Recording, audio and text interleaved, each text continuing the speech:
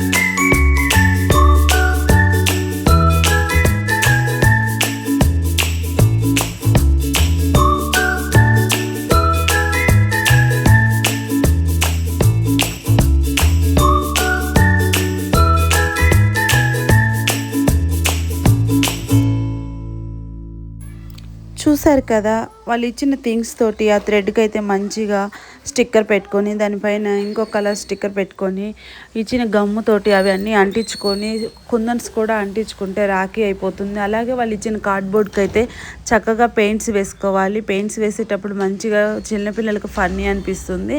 వాళ్ళతో కూర్చొని చేయండి, మీకు కూడా టైం పాస్ అవుతుంది, ఫన్నీగా మెమరబుల్గా ఉండిపోతుంది. ఇలా చేశారంటే మీకు గుర్తుండిపోతాయి అన్నమాట.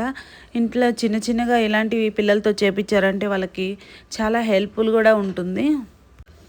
ఇంత అందమైన రాఖీని మన సొంత చేతులతో బుడ్డి చేతులతో చిన్నపిల్లలు చేసి వాళ్ళకి కట్టారంటే చాలా మెమరబుల్గా సెంటిమెంట్గా ఉంటుంది కదా.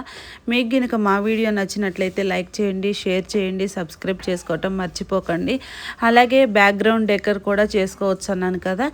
మేమైతే రాఖీ పండుగ రోజు పిల్లలతో రాఖీ సెలబ్రేషన్ చేయించి వీడియో పోస్ట్ చేస్తాను. దానిలో బ్యాక్గ్రౌండ్ కూడా ఎలా రెడీ చేసామని మీకు మంచి చిన్న DIYతో అయితే వీడియో పోస్ట్ చేస్తాను. మన ఛానల్ని తప్పకుండా ఫాలో అవ్వండి, లైక్ చేయండి.